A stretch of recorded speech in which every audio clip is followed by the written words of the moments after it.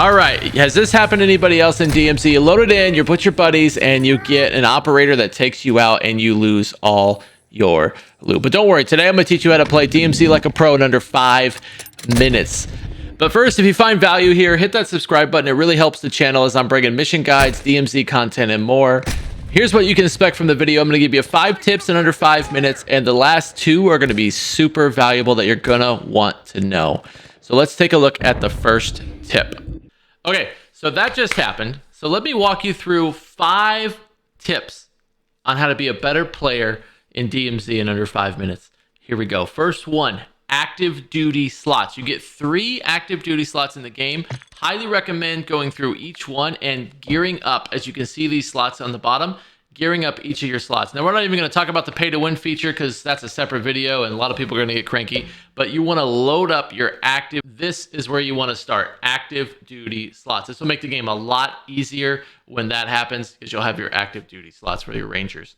So that is tip number 1. All right, tip number 2 in 5 tips under 5 minutes is going to be, you just died, right? You need to regain. All your stuff is gone. You need to rebuild your ranger. I'm going to show you 2 easy spots to go to where you do not need a key. Let's take a look at those spots. Okay, a new spot within season 3 where you don't need a key is the control crane center right here. Look at that thing. Got orange crates. You got a ton of loot in there and you're thinking, I need a key, Big Puff. No, you do not need a key. You just need to break out the windows and hop through. Make sure you're crouching as you go through the window, and voila, you are in without a key and you can regain. Let's go over to cryptocurrency. This building has been a pretty hot one over in Sawa Village, or I call it Devon Sawa Village. If you don't know who Devon Sawa is, you're gonna go up this ladder and you're gonna jump across to the open window. It is still open. It's not patched in season 3. There is always rotatable loot in here, lots of money, lots of golden crates, and lots of stuff to regain. You can see I only have 1 plate armor when I'm going in here, and you'll see what I walk out with. But we got medium backpacks as we go in here. We got multiple computers, GPUs will spawn in here. You got cash, you got classified documents that are $8 grand a piece to sell at the buy stations. And you're also, like I said, golden crates. You're going to have weapons. I got my 3rd plate there. You can loot the bottom of the building too because you can unlock the door from the inside.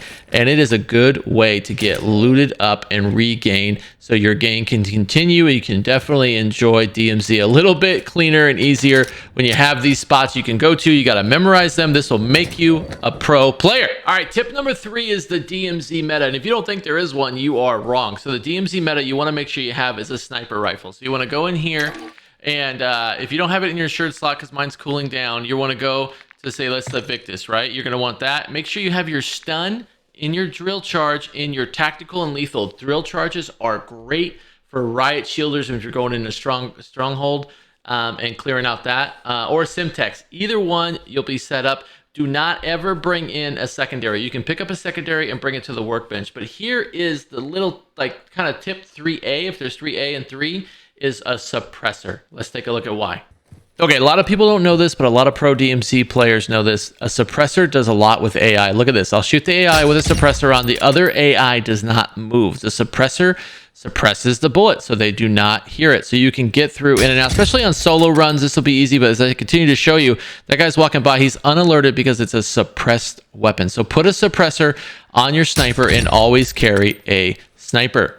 Okay, tip number 4 is going to be stronghold key cards. It is the most important key in the game. If you count up all the strongholds on the map, especially on Ashika Island, there are plentiful. It's the most important key. I know we have the skeleton key with this season, but the stronghold key card is the most important key. Let me show you what happens inside of a stronghold. All right, strongholds, I can't stress this enough. The key is the most important key in the game, not the skeleton key, the stronghold key, because there's so much loot and so much possibility in these strongholds. Just be aware, AI is strong, different level AIs, and make sure you have your Simtex and your drill charges for those riot shielders.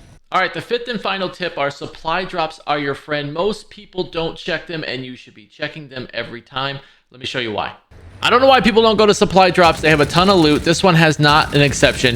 It's got an advanced UAV. It's got a ton of money. So get to your supply drops and get them quickly. All right, that'll wrap up the video, guys. We got it done in under 5 minutes. I hope this really helps. If it really did help you, go ahead and hit that subscribe button and turn notifications on, and I will catch you in the next DMZ video. Thanks.